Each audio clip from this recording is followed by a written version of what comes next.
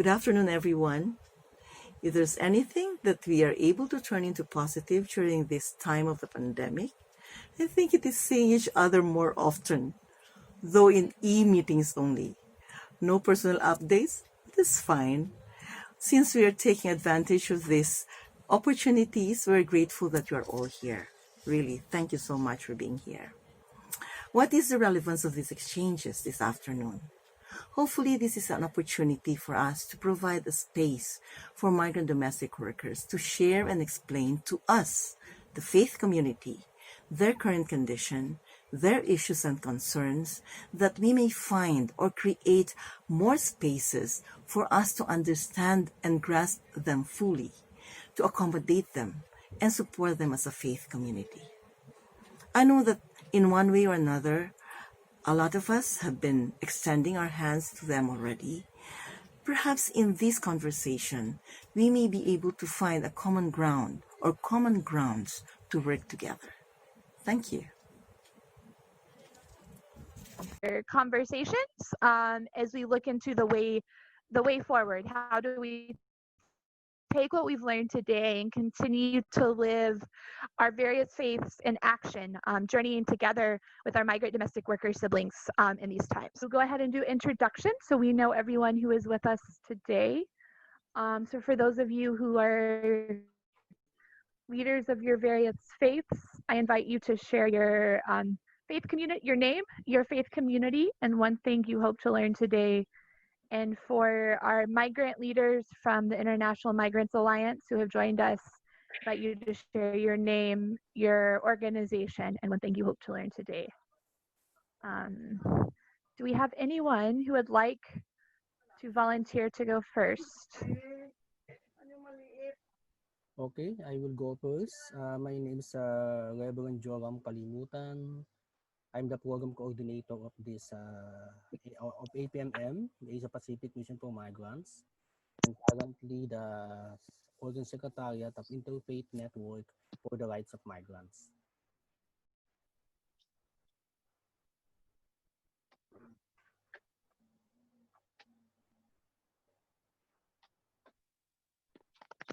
Thank you, Pastor. Would you like to call and invite someone to go next?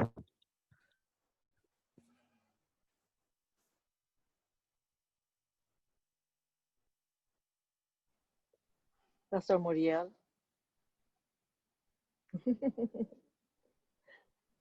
Please unmute your microphone. Hi, Okay. good afternoon. Good afternoon. I'm Muriel Aurelio Montenegro. I'm from the Philippines, but now based in Hong Kong, stuck in Hong Kong, I think, because of the pandemic. And I'm working with Asia Pacific Alliance of YMCA's project called Interfaith Cooperation Forum. And I'm here because I have a lot of friends who are domestic helpers, and I listen a lot to their stories and struggles.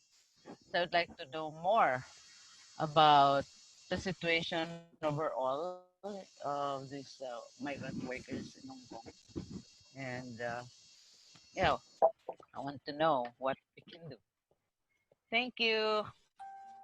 Thank you. Hello, good afternoon, everyone. Okay.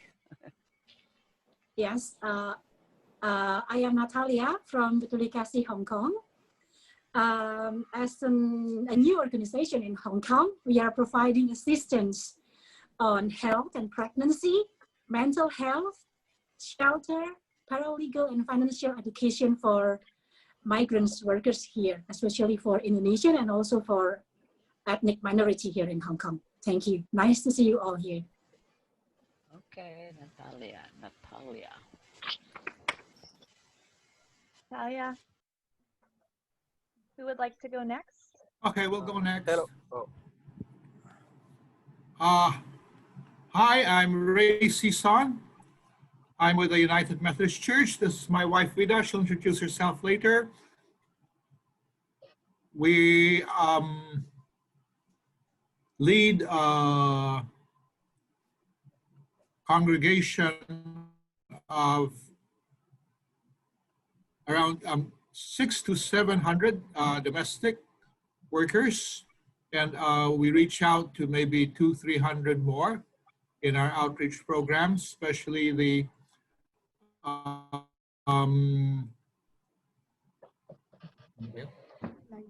livelihood programs, where from the United Methodist Church Philippine Central Conference. And we are based in the Methodist International Church here in Wan Chai. So Vida will say something about herself. I work as part-time here in MIC as administrative assistant.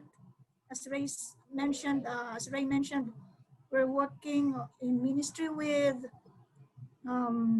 domestic helpers here.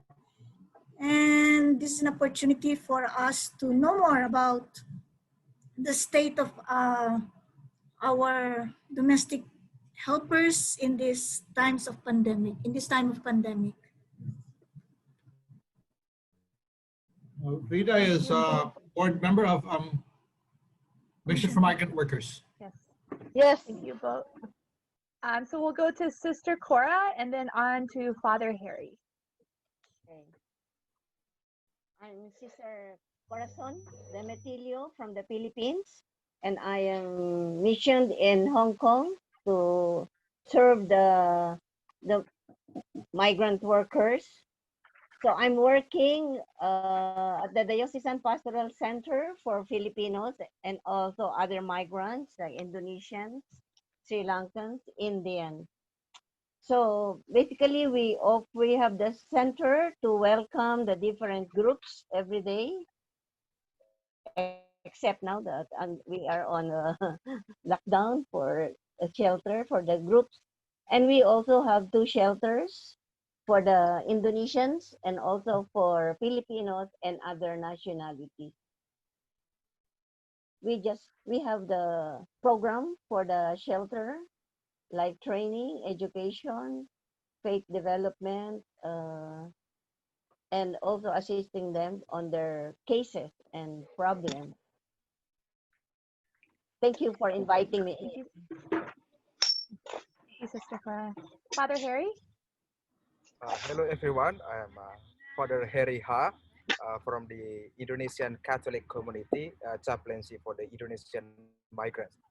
I've been working in Hong Kong for 13 years, especially serving the migrants, and yeah, with their difficulties and when they're struggling, we are together. So happy to be here to share with you, and of course to support all the migrant workers here in Hong Kong. Thank you.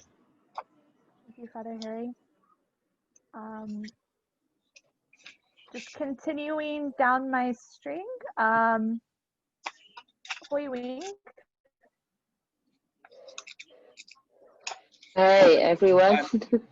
My name is Sring. I'm the chairperson of Indonesian Migrant Workers Union in Hong Kong and also member of International Migrants Alliance, Hong Kong, Macau. Thank you. Hello, I'm Hoi Wing from Hong Kong Christian Council. Thank you for inviting our organization to attend this meeting. We would like to learn more about the situation and struggles of the migrant workers, especially in the midst of a pandemic. My boss is Elder Wang Fuk Yi. He's not available now, so I represent him and attend this meeting. Thank you. Thank you. Iman? Okay. Yeah, hello everyone. Good afternoon. I'm Imam Behaki. You can call me Imam. I'm from Dompet Duafa. Dompet Duafa is an organization from Indonesia that help a company and provide shelter for migrant workers, especially from Indonesia. And we have a lot of interaction with domestic help in Indonesia, especially in religious activities and some trainings. Thank you. Father Dwight? Hi, I'm Dwight. I am chaplain to the Filipino congregation here at St. John's Cathedral, as well as chaplain at the Mission for Migrant Workers and the chairman of the board. Thank you. Thank you, Father Dwight. I believe we have someone else on joining us from St. John's Cathedral. Reverend Sharon.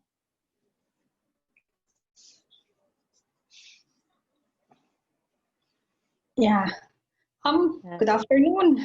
I'm Sharon from St. John's Cathedral. I'm the assistant of Father Dwight. Thank you. It's nice to meet you all.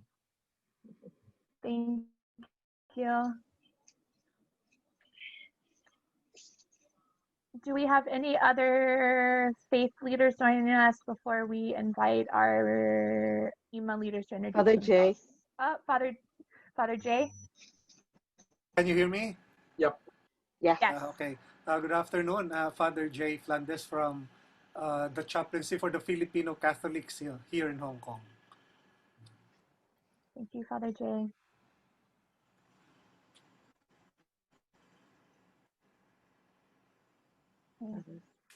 Hey. Dolores?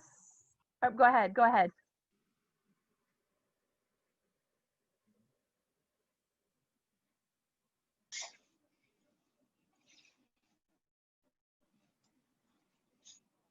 I invite our migrant leaders to go ahead and introduce yourselves.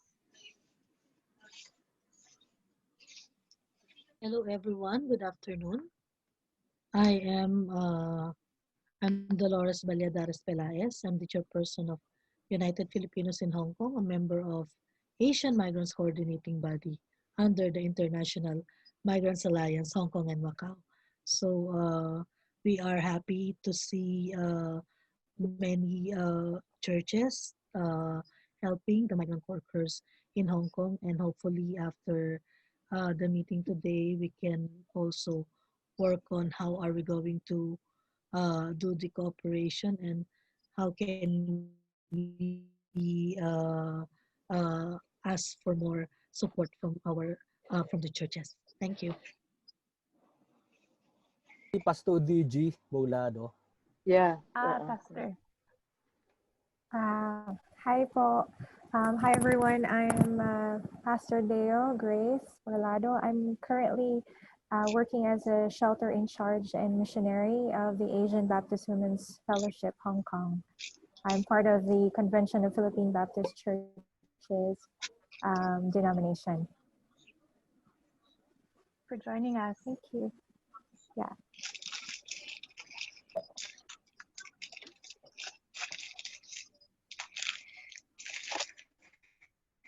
We have, who else is here? Sheila? Sheila.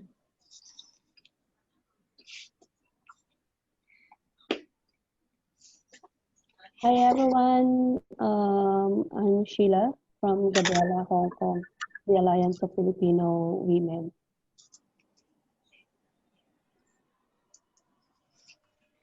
Okay.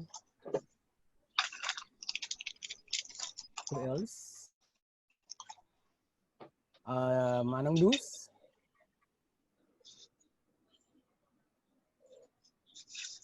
Annabelle.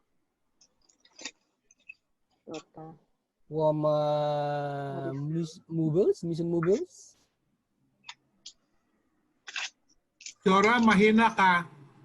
Di marinig. Yeah. Okay. Hey, Madam Luz, would you like to introduce yourself? Hi, good afternoon. I'm Luz Atidjao of, I represent PSU Coral Hong Kong and Cordillera Migrant Workers Hong Kong. Thank you. Thank you. Hello everyone. I'm Annabelle Marie Men of Phil Guys Gabriela Hong Kong. Thank you for inviting me here.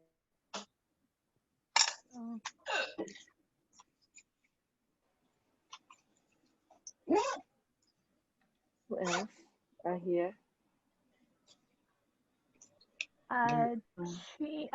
Chinger Ann from Mission Movers. Would you like to introduce yourself?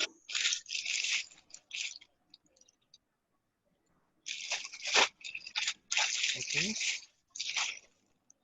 Maybe we should. We are shy. Maybe she's shy. She's shy. Okay. Yes. Okay. Okay. Yeah. Maybe Okay. we can. So thank you all for those who were able to introduce yourselves, and for many of our migrant workers who I know are joining us in the middle of your work days. Thank you. So I will try to share screen and see if the video works this time. So this video was produced by APMM.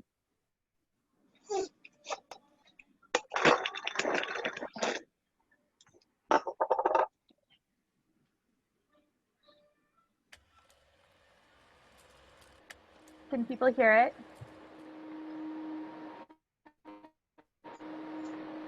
Yes. So far, yes. Okay. Yeah. O God of life and history, awaken us to the realities of forced displacement of people due to poverty, unemployment, landlessness, war, and conflict. These realities result from economic and political structures, policies, and programs that prioritize and perpetuate profit over people, commodification of labor over rights and welfare, monopoly of resources over public good and sharing, exclusion over inclusion. God, hear our prayer.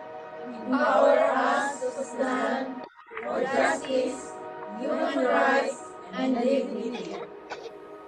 Compassionate and merciful God, 94 million migrants, 12 million refugees are in countries with recorded COVID-19 infection in Asia, across the Pacific and the Middle East. Their already vulnerable situations are aggravated by this pandemic, further exacerbated by policies that continue discrimination, xenophobia, various forms of exclusion. As this pandemic ravages and rampages, there's so many of them losing their jobs, their livelihood, any form of economic and social relief. Some of them are being forced to leave without any support, many of them. Oh God, hear our prayer. Empower us to stand for justice, human rights, and dignity. O God, listen to their cries and lamentations. They are victims of abuse, exploitation, trafficking, and modern slavery. They become undocumented and victims of violent crackdown. They who are deprived of social services, and some suffer from domestic abuse. Some work for long hours without decent accommodation or sufficient food. Those who are unjustly treated or detained, and their lives are on the brink of execution. They who are displaced by wars and conflicts, ecological destructions, and even political persecution.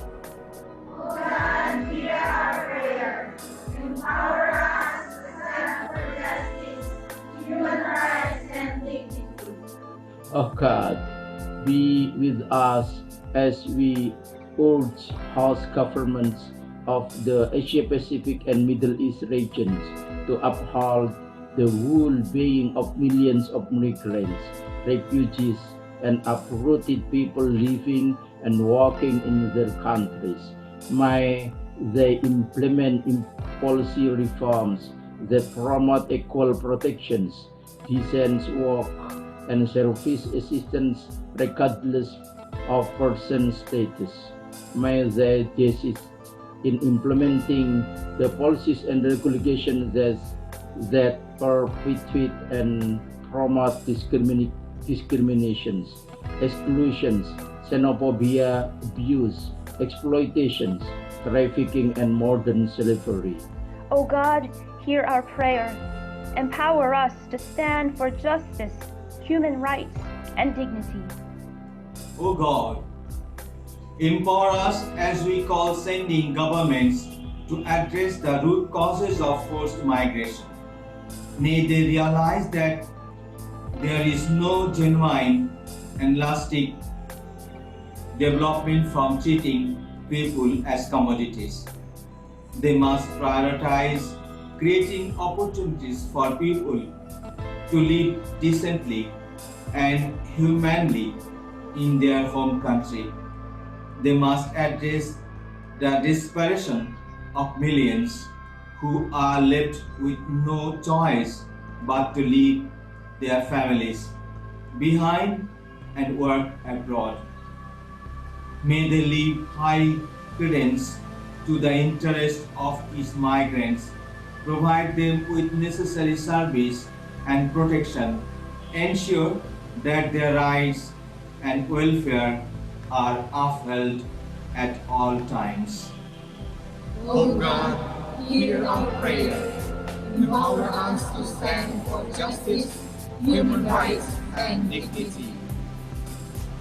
O God, let us, as we engage with international bodies discussing migration, let us not deny the impact of neoliberal policies that promote commodification and flexibilization of labor, plunder and monopoly of world resources, and wars that perpetuate underdevelopment and poverty.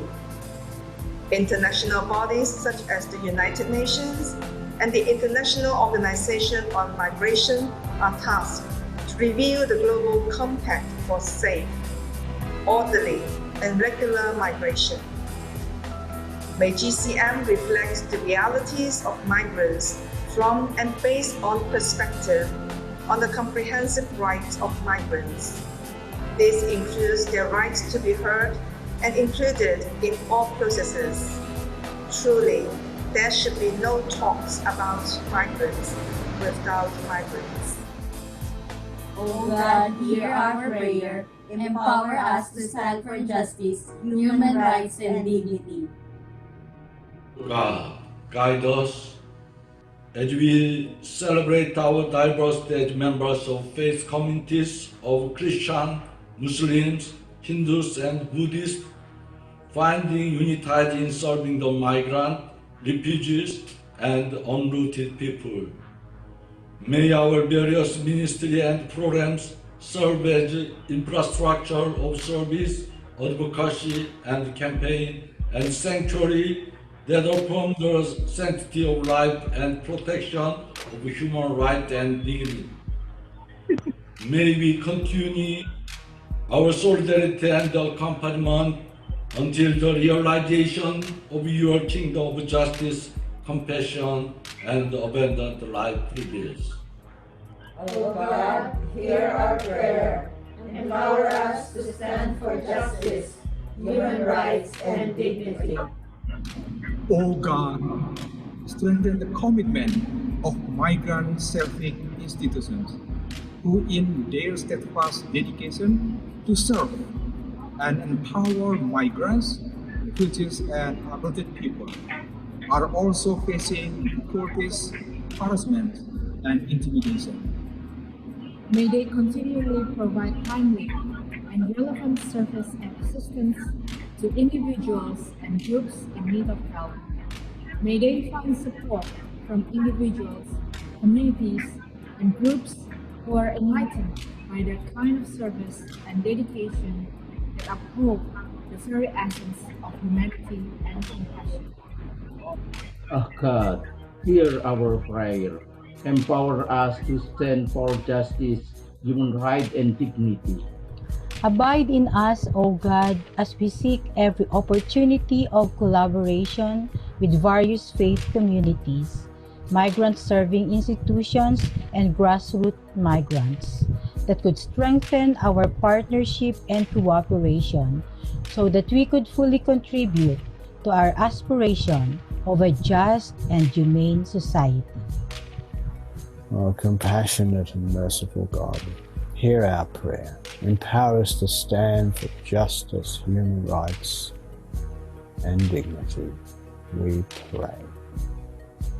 May this all be instruments of realizing your kingdom, where every migrant, refugee, and uprooted person live decently, abundantly, and justly, and where abuse, exploitation, discrimination, exclusion, trafficking, and modern slavery do not exist. Amen.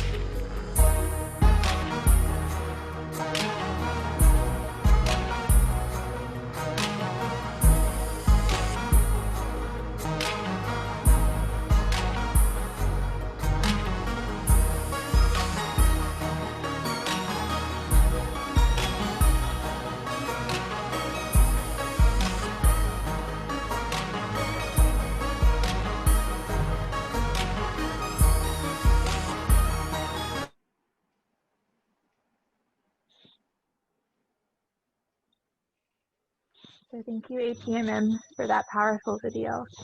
And now I will turn the program over to Pastor Joram on behalf of Inform to share a little bit about what is Inform and to ground us in why we've gathered today. Pastor Joram? Yep. Okay. Thank you, Joy. Good day, friends in the ecumenical and interfaith movement. On behalf of the Asia Pacific Mission for Migrants and Interfaith Network for the Rights of Migrants, I would like to thank you for participating in today's conversation on issues and concerns of domestic workers. The Inform, as a network of different faith communities of Christians, Muslims, Buddhists, and Hindus, since its establishment in 2010, is actively involved and supports migrant struggle for life, human rights, justice, and decent work. It helps in raising the awareness of the public on migrants in jail, unjustly incarcerated, and executed. It continues to provide support to advocacy, lobbying, and service provision to migrants who are victims of all forms of abuse, exploitation, discrimination, exclusion, trafficking, and modern slavery in Asia Pacific and Middle East region. As we grapple with the COVID-19 pandemic that increases the vulnerability of oppressed sector of society like migrants and exacerbated by government policies that perpetuate discrimination, exclusion, and xenophobia. The Inform, together with Mission for Migrant Workers, organized this conversation to bring to public discourse the issues and concerns of foreign domestic workers here in Hong Kong, and whose lives, human rights, jobs, and livelihood are greatly affected. It aims to look for possible cooperation and partnership among faith communities and grassroots migrants in ushering a post-pandemic situation where foreign domestic workers are less vulnerable, are treated humanely and justly. Thus, we also extend the invitation to you. Together, let's stand in solidarity with migrants, domestic workers, in the struggle for human rights, justice, and decent work. Do not let social distancing bear us away in getting closer to migrants and other oppressed sectors of our society. Do not let our face masks silence us to speak for the rights and dignity of people who need God the most. Do not let this pandemic crisis hinder us to protect the image and likeness of God among our migrant sisters and brothers. As the book of Proverbs says, speak out for those who cannot speak, for the rights of all destitute. Speak out, judge righteously, defend the rights of the poor and needy. Thank you very much. Thank you. Thank you, Pastor Joram. And now here we'll move into the part of our program today of who we are all here to hear from. So I will be turning over to Dolores and those from the International Migrants Alliance, Hong Kong and Macau chapter, to share about their the situation of migrant domestic workers here in Hong Kong and how they are organizing amongst themselves to campaign for their rights. Who from Ima, Dolores String, who is leading this portion? Yeah, it's String. Let's welcome String. String, the floor is all yours. Okay, so I share the it's like the situation of migrant workers in Hong Kong during COVID-19. Is it right? Okay. Yes. Okay. Go. Yeah. Thank you everyone, and also to join in this Zoom, and also the organizer who also organized this kind of meeting, because this is the first time that we have a meeting with different interfaiths in Hong Kong. So I would like to share about the situation of migrant workers during COVID-19 in Hong Kong and Macau. And under of IMA Hong Kong Macau, we also already sharing our position or our demand to Hong Kong governments, Macau, and also the sending governments. So first, we already know that before COVID-19, the condition of migrant workers is already getting already worse, meaning that it's not yet recognized as humans. Mostly they are treated as a slave, like modern slave in Hong Kong, without working hours or rest hours, and with inadequate accommodation or food. So the COVID-19 is make the condition of migrant workers getting worse. So this is like the picture that I want to share with you, that how the government respond COVID-19 and give impact to migrant workers. In the first time of COVID-19, the Hong Kong government make announcement that domestic workers shouldn't go out on days off. And of course, we know that many of a bad employer, because we know that there is some good employer as well in Hong Kong, they use this situation to asking domestic workers to stay home without, some of them without giving a pay, and still working inside of the house, and some of them also not giving food. So it's we can see that in the first wave of COVID-19, there is like more than 50% of migrant workers in Hong Kong didn't get any rest day, up to I think until July. And then the second batch of COVID-19, there is also many of migrant workers also not have rest day, because there is second batch COVID-19 in Hong Kong. And also while we are waiting the good response of the government, because usually on September or October the government will make announcement that they will increase the salary of migrant domestic workers. But this year, the Hong Kong government freeze the salary of migrant workers, meaning that we still remain in the same level of salary without any subsidies of the government. So this is the first situation that how the Hong Kong government respond to COVID-19, and and also there is what the meaning of COVID-19 to migrant workers. So meaning that COVID meaning C meaning that COVID-19 or coronavirus that spreading to everyone in Hong Kong, no matter what the status of people in Hong Kong, they can be infected of COVID-19. And we know that during COVID-19 that Hong Kong government singling out migrant domestic worker in the beginning up to now. That's why we are not really get any subsidies like from the when the government giving a slum of money to Hong Kong resident, but domestic worker didn't get anything, only 2 months during COVID-19. We also face overworks, meaning that many of domestic workers, they need to working double, cleaning double, and also there is cooking more time, and also go to market many times during COVID-19. And also we there is also vulnerability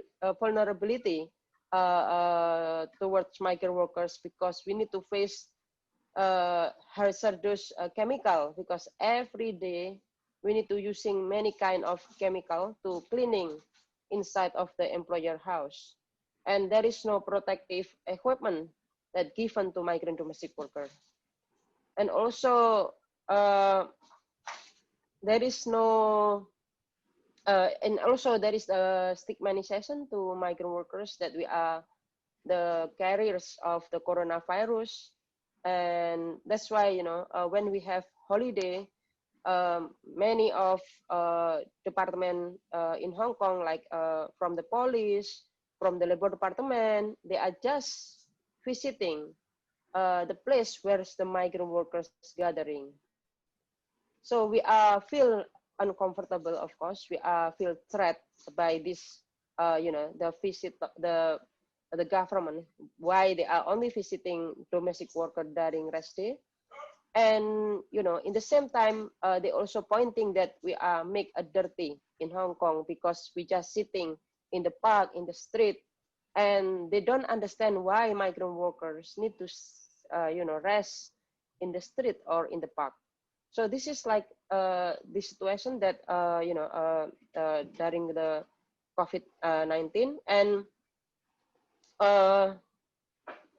there is also some common issue that among migrant domestic workers, because we face termination, because our employer also get lost their job.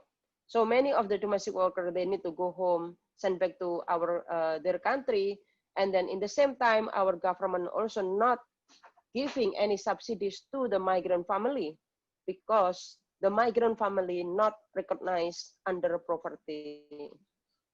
So this is, like we face double situation in overseas and also in our country. And also many of the employers, some of them, even cut our salary because they said they don't have enough money to pay. But many of domestic workers need to stay because, it's very difficult choice. Rather, because like for Indonesian, for example, if they terminate their contract, meaning they need to wait for 2 months, in the same time they need to pay more agency fee. That's why it's very difficult for migrant domestic worker just to quit the job, even the working condition is very bad, because it's it's not easy for migrant domestic worker. When the same time Hong Kong government also pointing that domestic worker is doing the job hopping, meaning that we easily changing the employer. So that's why the Hong Kong government will blacklist the migrant worker who terminate their contract within 2 times within a year. So this is also, like how the government treat migrant domestic worker in Hong Kong. And we also suffer from the physical stress because of overwork, and also we suffer from the financial stress because there is no helping from a sending country or the recipient country like governments. And also there is like we can say like there is top 5 issue that confronting migrant workers. First is majority migrant workers in everywhere. It's not only just in Hong Kong. They are facing the physical and psychological stress due to the longing working hours, and there is no rest hour. Many of the domestic workers, they only sleep less than 8 hours. And also the second is like many employers deny to give rest day, and also given inadequate food, and also improper sleeping arrangement. So this is the picture that while the migrant domestic worker in quarantine inside of the employer house, they only giving small funds, and they cannot do anything, just waiting the food from the employer. Sometimes the employer only giving like biscuit.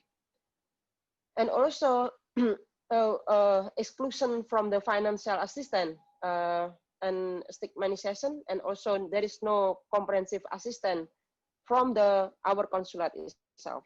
The consulate, like in Indonesia, they only giving masks and also sanitizer, but there is nothing that offer to migrant workers. And while we are facing this kind of condition, many of domestic workers also facing, like they don't have any temporary place, while we need to face that many flight in Hong Kong is changing the schedule, the time. So that's why many of them just stranded in the airport. And also some of them, they need to pay additional fees because some of the flight, they need us more. And also we know that many of the shelter, they also close because they are worried if migrant domestic worker bring the virus itself. And in the same time, there is no free testing for anyone in Hong Kong. The Hong Kong government just giving free testing, I think, starting on September. So before that, migrant workers just rely by themselves. And how we can cope with this situation? In the beginning, when the COVID-19 start, migrant domestic worker, we try, despite of the social distancing, we trying to make sure that how we can help each other, what we have, and then what we can share. Because without, sharing, we know that many of migrant domestic worker, they are also, they don't get, they don't have chance to leave their employer house, and then in the same time they also have the bad condition inside of the employer house. That's why we trying to giving some masks, because we also asking our friend in Indonesia and also local in Hong Kong to share what they have. So we give continuously, like distributed the masks. We also continue this to give education to migrant workers, and also sharing the information, because we know that all the information come from the governments is in Chinese or in English. But it's very difficult how we can translate to the migrants' language, like from Indonesia, Thailand, Nepal, Sri Lanka, or Philippines. That's why we are working together with NGO like Mission for Migrant Workers, how to make sure that we can immediately, delivering the information, because if the migrant workers missing this kind of information, they will face the penalties or sanction from the Hong Kong government, like social distancing.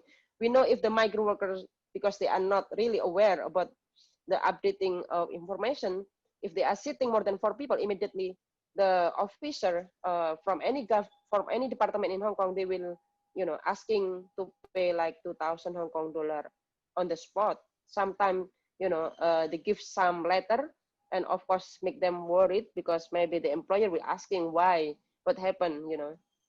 So this is the situation in Hong Kong. And also in the same time, we also promoting how we can, giving like relaxation. That's why we also continue to asking our, volunteer who have skill like doing yoga or stress release and given to migrant workers. So this is what I want to share with everyone. So maybe Dolo can share more about the other issue that maybe I'm not yet mentioned. Thank you. Thank you, Shring. Dolores or anybody else from FEMA like to share? Thank you, Joy. Thank you, Sri. Yes, basically, Sri were able to bring up all the major issues that we are facing at the moment during this time of pandemic. And I think what is very prominent with our issue with the Hong Kong government is the issue of exclusion, um, singling out, and the discrimination. We've been experiencing this before, but during this pandemic, it became more, open.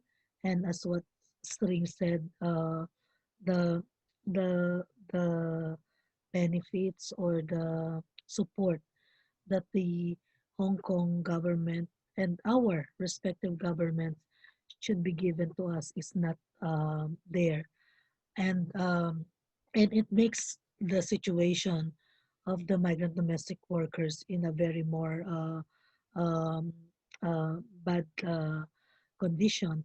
And I would like to add on to the the numbers of workers that are affected by the COVID. For example, for the Filipinos, our numbers are decreasing from January to this period.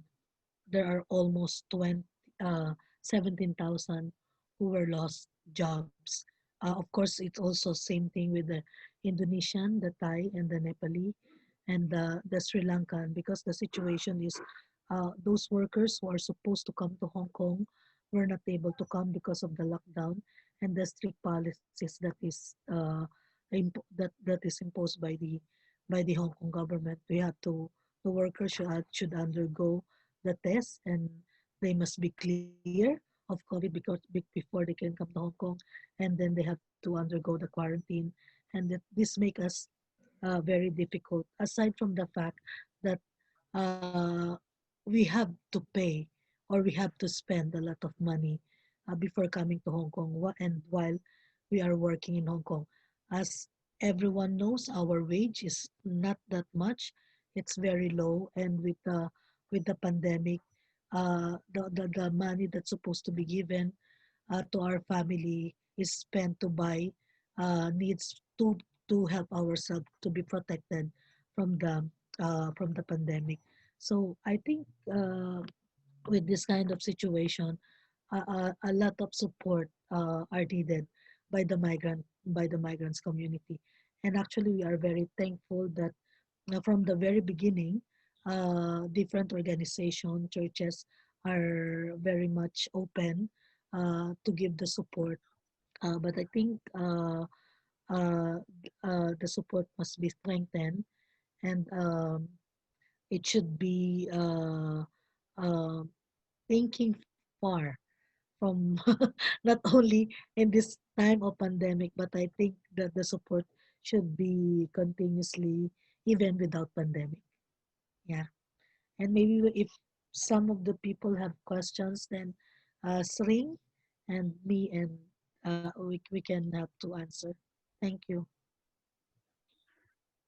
Thank you, Dolores. So we'll open now this is the time for questions for either Dolores or Shring.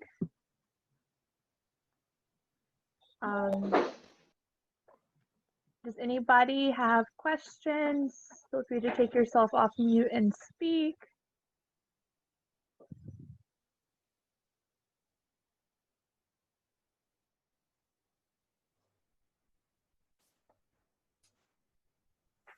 or type them in the chat.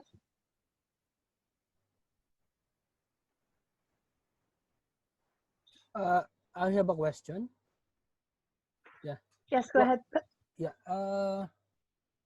What happened to those migrants who are into quarantine facility?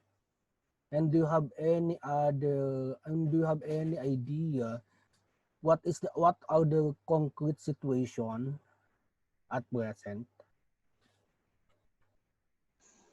So for migrant workers who, because many of migrant workers who have annual leave in Indonesia, and then they cannot go back to Hong Kong on the time because the Hong Kong government close their airport, and also when the Hong Kong government open the border, meaning that migrant workers can come to Hong Kong with any requirement. First, they need to have test PCR and also the quarantine.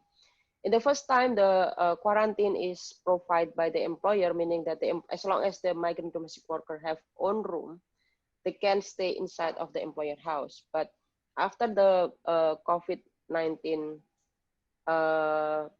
in the second wave, that the Hong Kong government require the employers to provide the quarantine in hotel, which is that the employer also need to asking approve from the Department of Health that the hotel is really meet the requirement or meet the standard of the Hong Kong government, and it's cost a lot.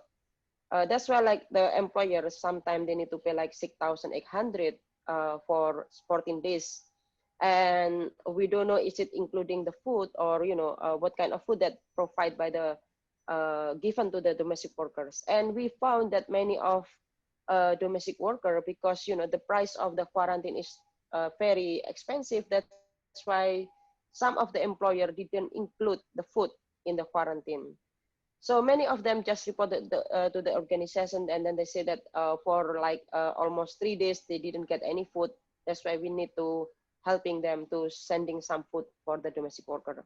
And also because there is of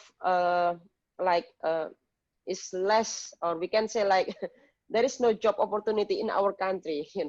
That's why despite of the how dangerous COVID-19, migrant domestic worker need to sacrifice themselves, and then sometimes they need to make agreement with employer. Okay, so how we can pay the quarantines?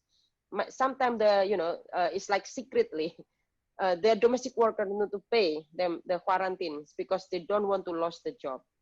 So this is what happened during the quarantines. And we also understand of the situation of the employer itself, because many of the employer is not really come from the with a good economy, but in the same time they also the workers. So that's why we also demand for Hong Kong government how they give subsidies for the employer and also for the worker itself.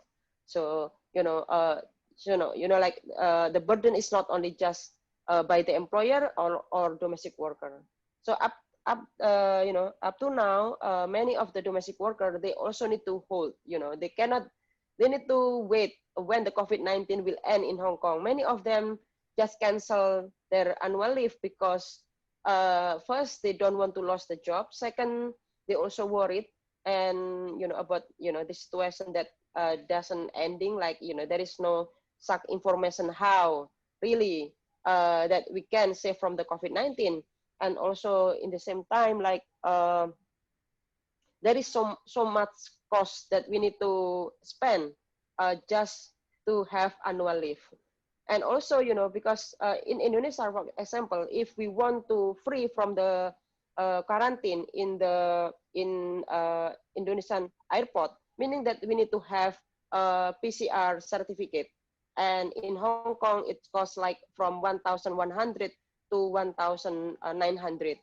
So meaning if we want to spend more time with our family, we need to prepare, we need to have testing in Hong Kong. And sometimes the employer didn't, give this amount to pay the PCR.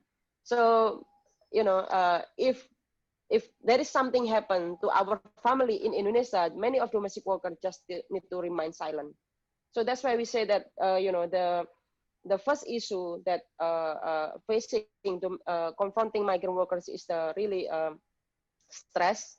Is not only the working condition, but also they need to wait. They feel like they are isolation in the society in Hong Kong, because they cannot easy to make communication with their family, and also not easy to meet with their friend. So I think this is like the situation back to back, and everything is burden to migrant workers.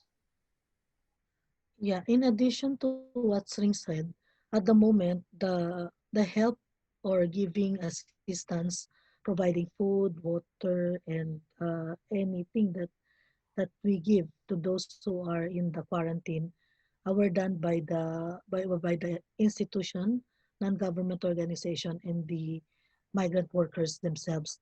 But I think what is missing here or lack in this condition is the support coming from the sending government.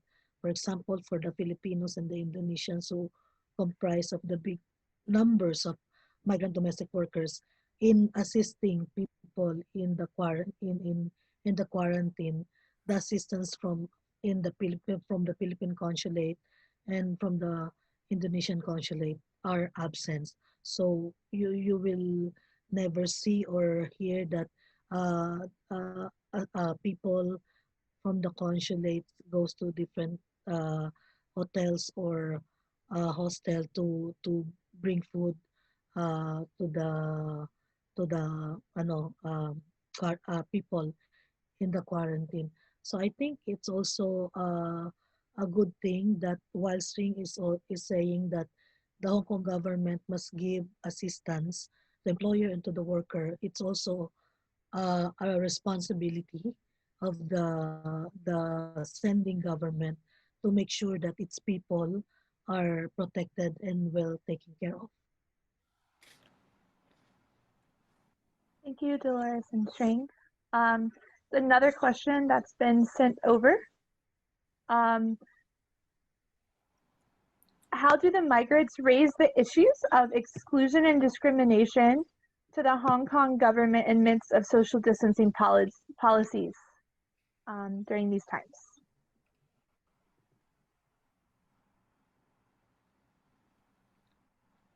Right? Maybe you can answer first, Okay. Dora. Yeah. Basically, we have a lot.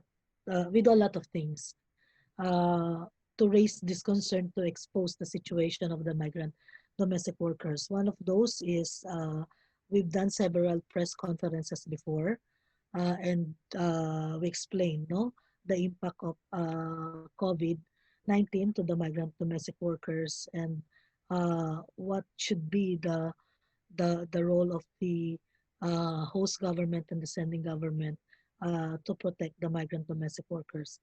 And with the social distancing, we try to continuously uh, raise awareness among migrant domestic workers and the community, the local people of Hong Kong, to understand that actually the migrant domestic workers are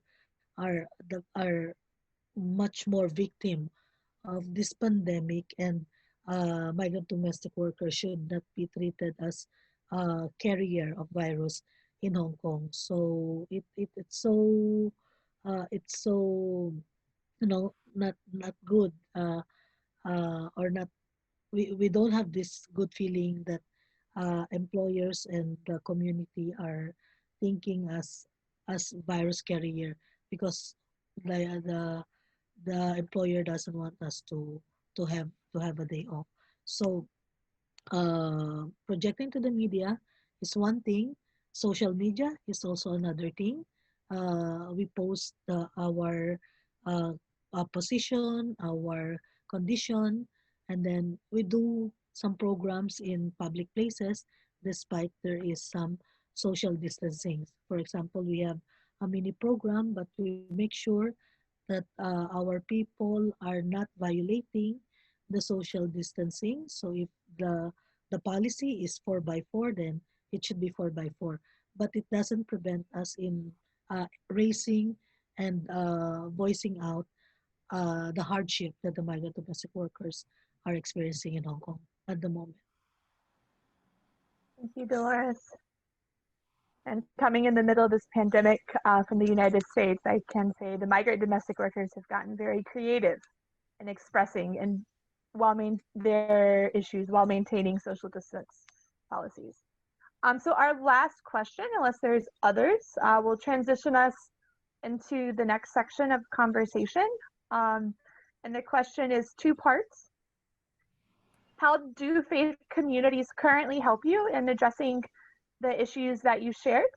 And how do you imagine, as faith communities, we can continue to strengthen our support? Okay. Oh, string? You? Yeah, I think there is so many, you know, like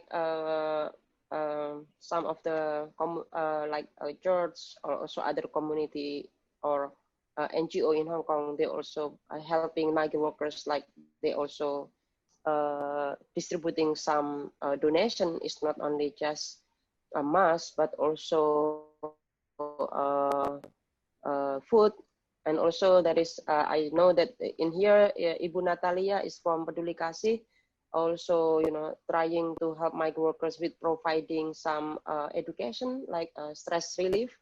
And also there is so many already done by this community. But of course, there is our condition is not only just after COVID, you know, like what after COVID, what we can do next, because like our situation, like I mentioned before, that is already worse by, you know, by the policies, governments that always isolating migrant workers and excluding migrant workers in the society and also in the regulation. That's why we feel that we are treated like a second class in Hong Kong. And also, you know, like how we can continuously support migrant workers, because like we know that there is in Hong Kong or Macau, there is a lack of, you know, space for us for gathering. So we know that there is so many church or other NGO, they have maybe many space that maybe can, you know, helping migrant workers how to maximize to develop our empowering, you know, like continue to give a training to migrant workers, because it's really you know, without giving education to migrant workers, it's very difficult for us also to help them. And second is like because we as the activists, we also a domestic worker, despite of our limitation, because we also working in the employer house, we also need to protect ourselves.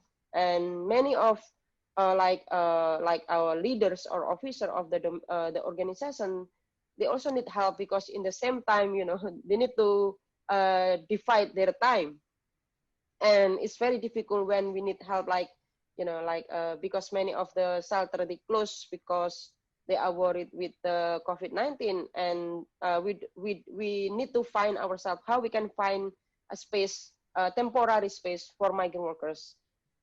Is it okay that we can ask the church to provide some free shelter, you know, without, you know, like, you know, treating us like, no matter how status, how our status, like we are undocumented or we are like overstay or, you know, we are terminated or not, but we need a temporary space just to make sure that we are safe in Hong Kong.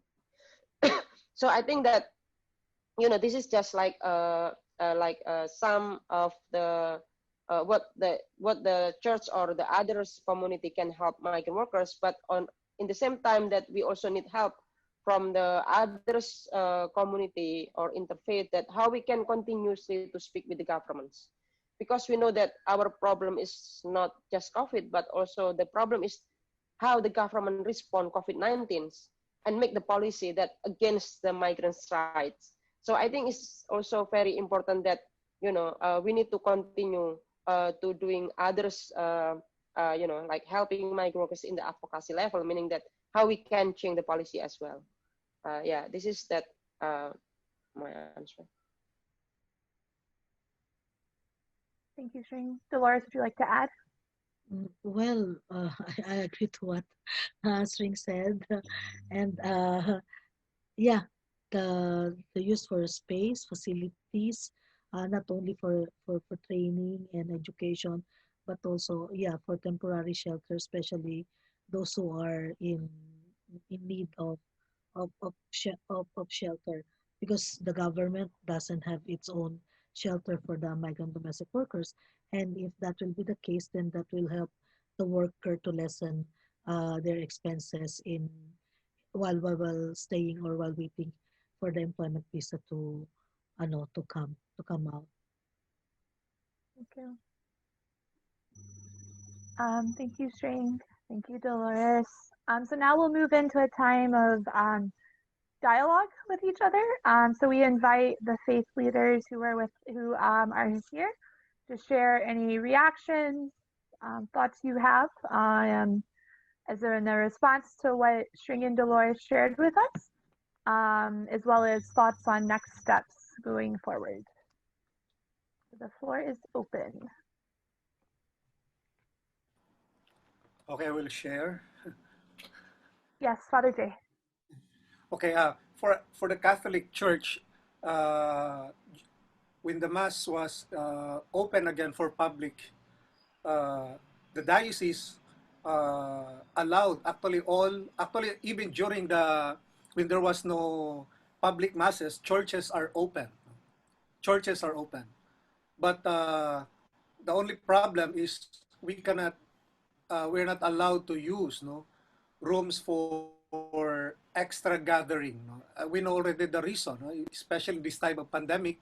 The priority is safety, health. Not only us, but I mean, in this time of pandemic, it's everything we have to be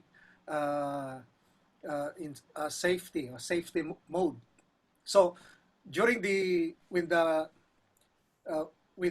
public masses again resume for the second time, again, all our churches are open and masses, but still there are some communities, churches that parish priests allow migrants to stay for a while. They use their facilities there in some communities just to be there. The church also recognize the hard work, and during that day off, at least they can at least have time to share with one another, time to just be at peace or be at rest with their friends. So for us in our community, churches are open, although general instruction is after the mass we have to leave the church. But there are some churches, communities or parishes that they allow migrants to stay. But of course, not overnight. After 6 o'clock, then they have to close, because some of them are schools, and the following day they have classes, so they have to protect also teachers, students, so they have time for cleaning, also preparation.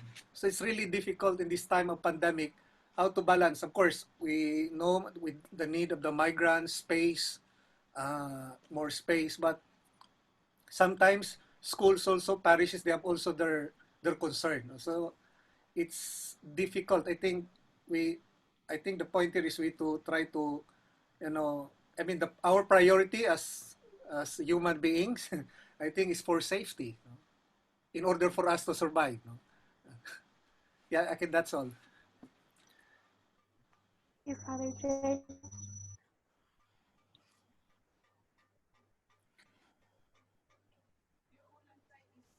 Hello? Yes, Father Harry, I believe that is. Okay. Thank you, Sring, for your presentation. And it is what is in the reality. We are facing the same difficulties because of the pandemic. But one thing I would like to share, this is the positive thing from the migrant workers during the first period and the second period. Actually, it was hard time, not only for the migrants, but also for local people. But I can see from different communities, different groups, they went outside and they brought Mars or other things to give it this uh, in these people in the street. And I can see how in this time of difficulties, the migrants also support others. I think this is one positive things. Of course, there are we face also discrimination because after the second period, especially two Indonesian got the positive for the virus, and after that 1 week or 2 week after that, that many police also they went to different places to asking migrants not to stay in the public places. This is also one thing we face, the what we call it discrimination. Yes, it was, and until now, yes, it is. But then I would like to emphasize also, this is not the program, the problem, the migrants. This is also the problems of us, the governments, and also the faith leaders. And we are together to fight this pandemic. And uh, I'm pretty sure that every community groups also doing their best. And yeah, what Father Jay mentioned, the most important thing is now is the safety. Yeah, of course the church is open, but then we have to be careful because not only for us, but also affected for others. And we are also facing the same time now. I mean, of course the migrants, because of the employers are in their houses doing the things there and many things to do. But then let's see now this 2 or 3 weeks, many employers also they don't have work to do because of the pandemic. So this is not easy for us, but then I do believe that every community also they are doing trying their best to help especially the migrant workers. So let's move together. And yeah, the place, the church especially yeah, is open for everyone, especially this time now. People can come to the church if it's very limited for 50 people. But at least the migrants have a place to sit down, have a place to share during the public holidays. Thank you. Thank you, Father Harry.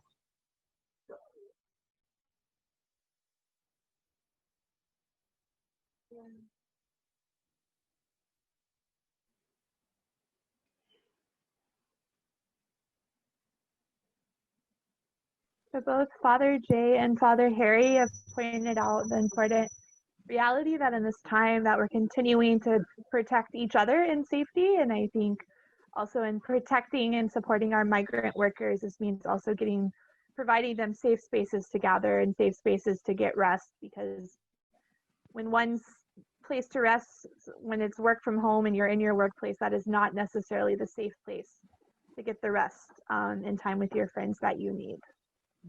Yeah. I think, yeah. Can I say something? Yes, Cynthia. Yeah, I think it is very important that for the faith community of whatever faith, we have people in the congregation, we have people with us as member of the congregations, of member of the community, that may be able to extend some help even virtually.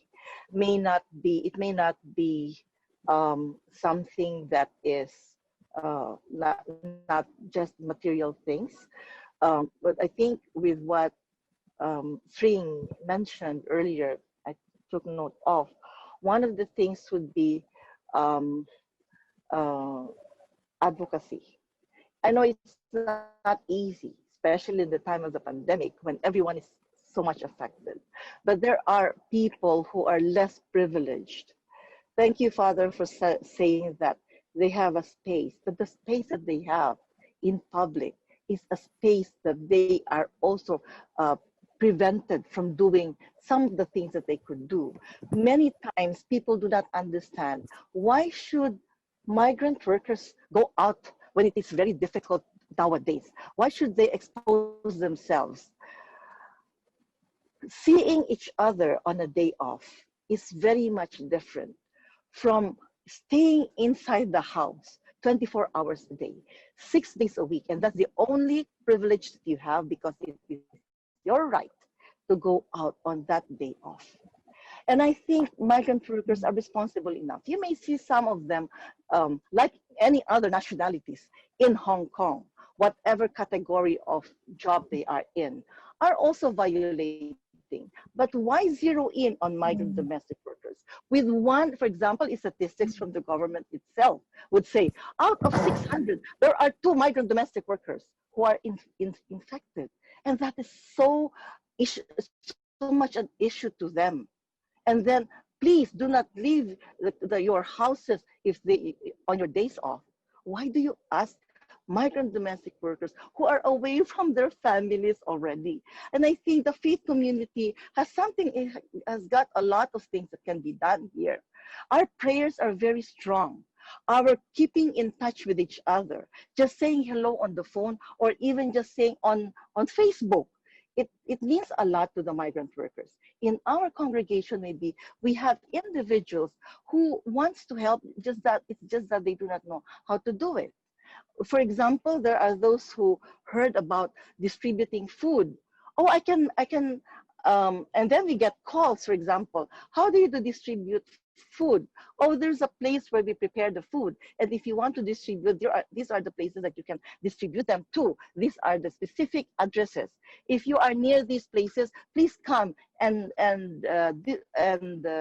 get the food and distribute it to those who are in quarantine and are not provided with sufficient food.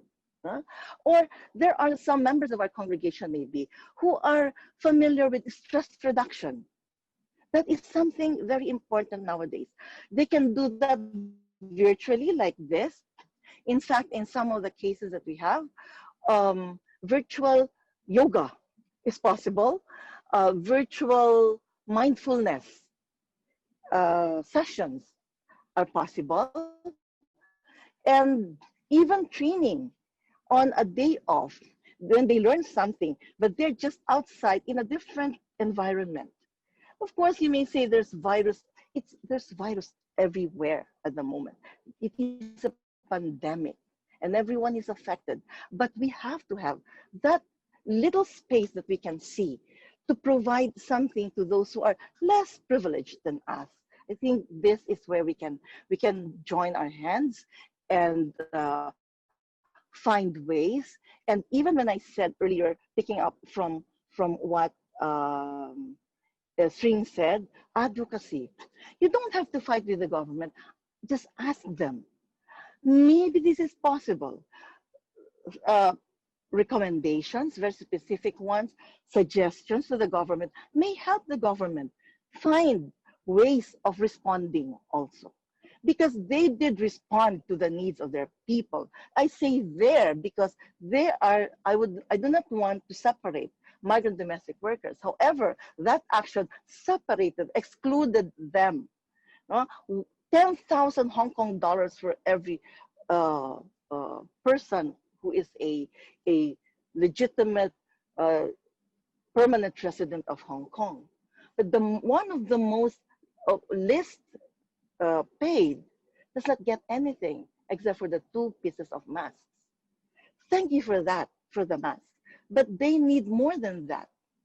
And I think the government is a very strong institution everywhere that whatever they say can influence people.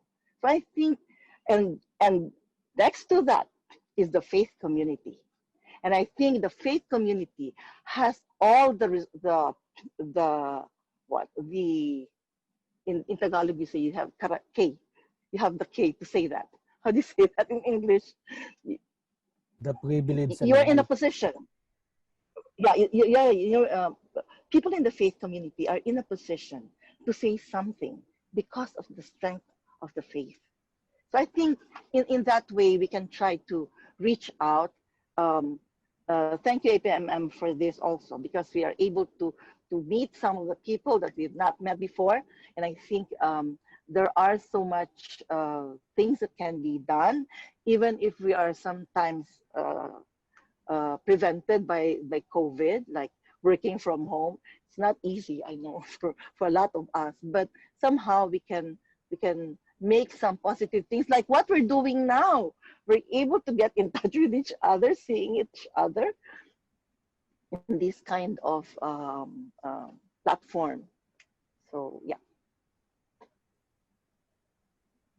Thank you, Cynthia. In respect for time and everyone gathering here today, is there anyone else who would like to share reflections, conversations?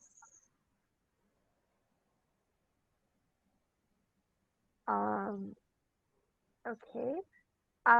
Who can we get, especially those who are based here in Hong Kong, do you look forward to continuing this conversation together and finding more ways we can get creative and tapping into our faith communities to continue to support migrants? Thumbs up, raise your hand, make some kind of positive reaction if you want to continue these conversations. Thank you, Sister Cora. Yeah. Yes, Pastor Dale. Father Mark was able to join us. Yes. Oh, hi, Father Mark. Yeah. Yes, Pastor Roy and Vida. Yes. Yes, Father Harry. Yes.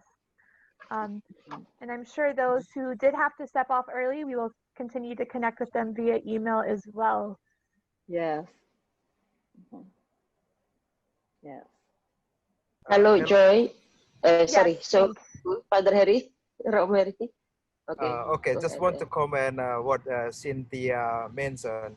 And actually, Cynthia, the church especially, is doing a lot to helping the migrants, not only material things, but we have done like, seminar, webinar, or many things like even some of the priests also go to different park just Yes, to, Father. Yes. Great. sit down with the migrants, and we spend a lot of time. And I do believe also every communities also, yeah, are doing the same, maybe different level, different state. Yeah.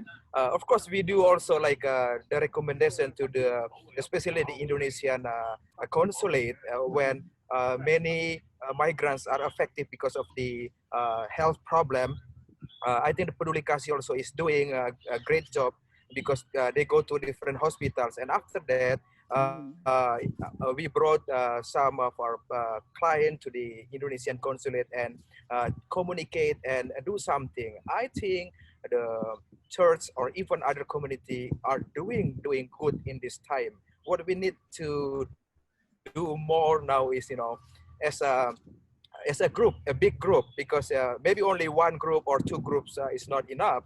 But if really in Hong Kong, like different churches, Muslim communities or other religions, I think we, do together. I think, this is our, responsibility, and also this is our call. Yes. Thank you, Father Harry, for really raising the important point of when we can come together across communities and faith communities and join our work, we can really speak with a louder voice and make an even broader impact than just one group or another group doing what they have capacity to do. It's when we really join together that we really can live our faith in action. Whatever that faith may be, it's really serve the migrant workers. I saw Father Jay unmute himself. Would you like to? Okay, well, just to share, especially this time of pandemic, it's really also difficult to make some, or approach or ministry. No?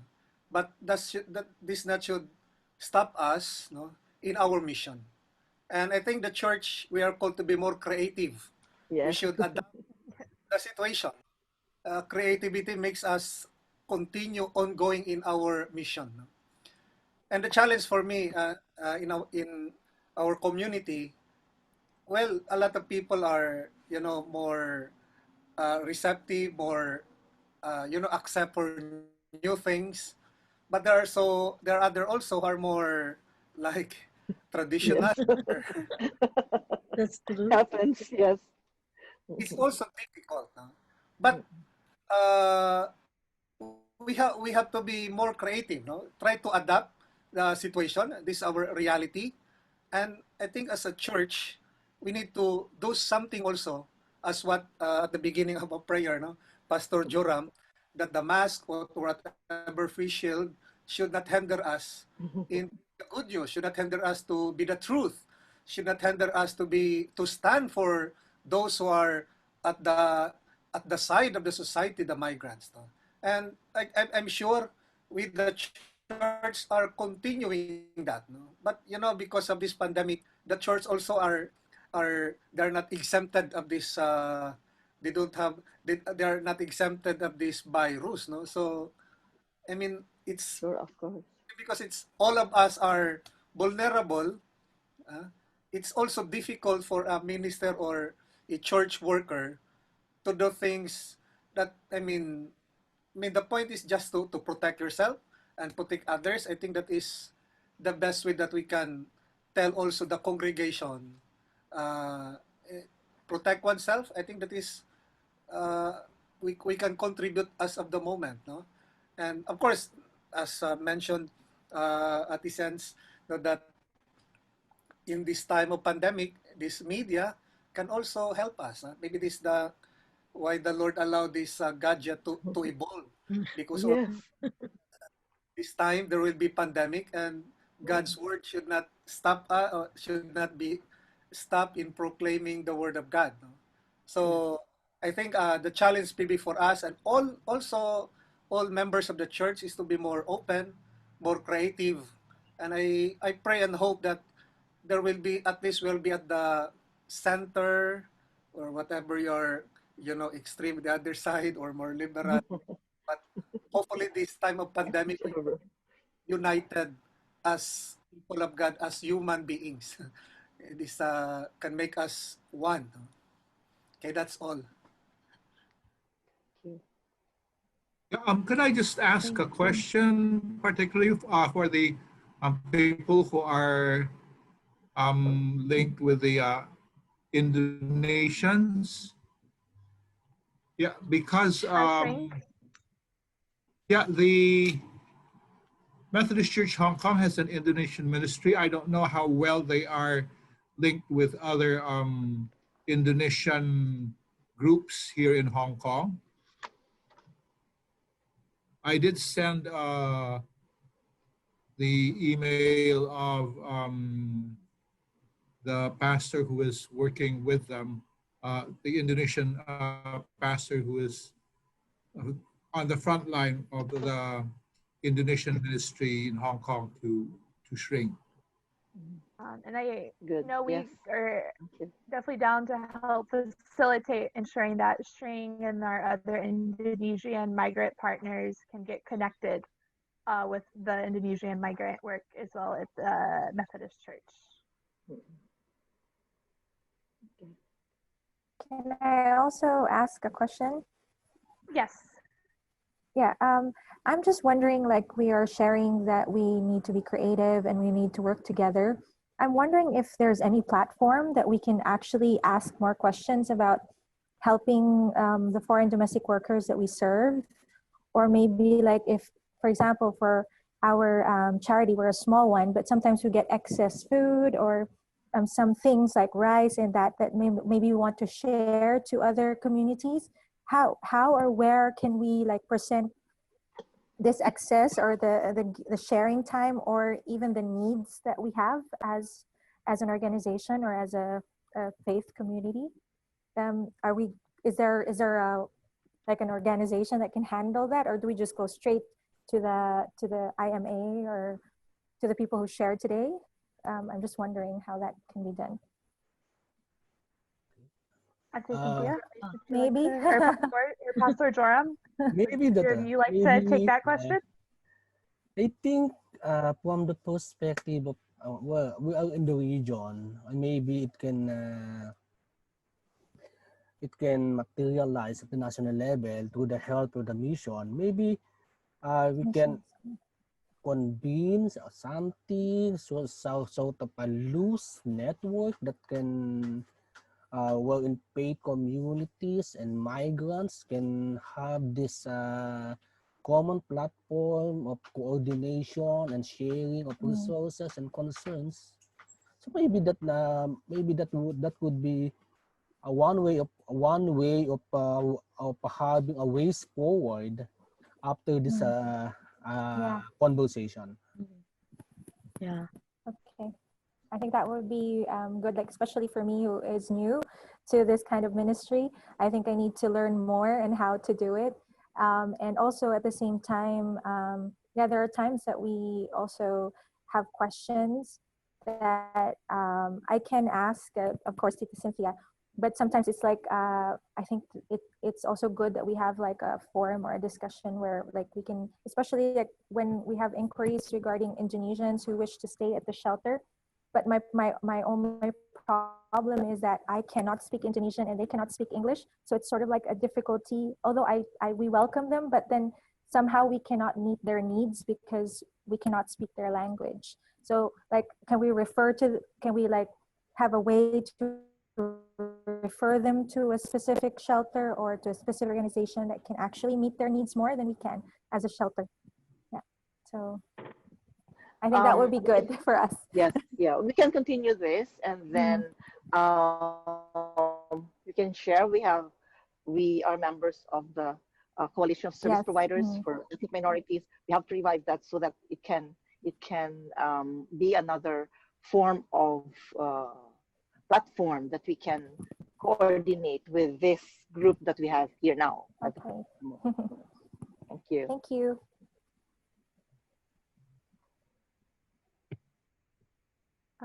Thank you, everybody.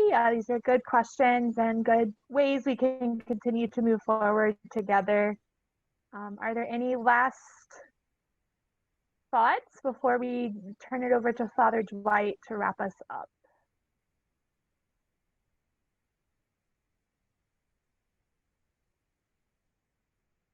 Seeing nobody unmute. Pastor. There's one of the concern made by Ate Muriel Orbilio of APAI. As I said, I am here to listen and learn, so I can help in terms of giving some counseling, or even just listen to their outpourings. I can only do some little things in a personal level because my organization does not have a program for the migrant workers. The most I have done and can do as a migrant worker myself is to host some migrant workers or domestic helpers on Sundays and statutory holidays to hang out in my flat. Sometimes stay overnight. Thanks for inviting me here. So, yeah, that's a very important information, Pastor Joram, because there are quite a number of women who would call us not wanting to lose their jobs, but are in the verge of losing their senses because of the difficulty in not being able to go out on their days off for months.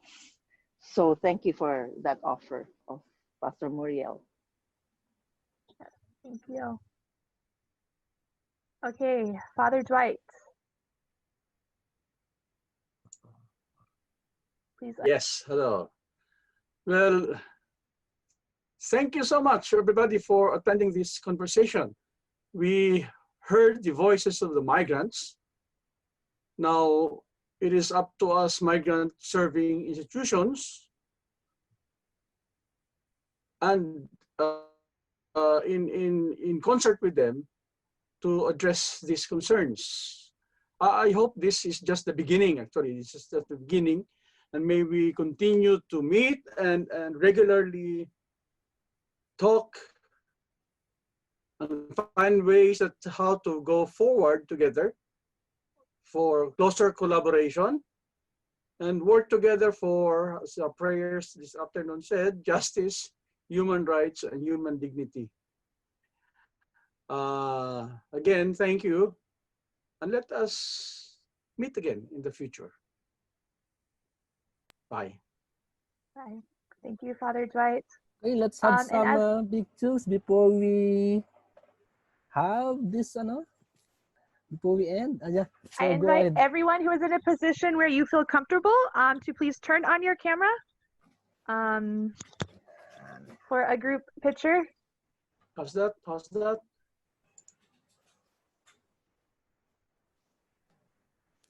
Let's have. Please let's turn take, group picture, photo. Okay, 1, 2, 3. Ay. Oh, wait, 1, 2, 3. 1, then next.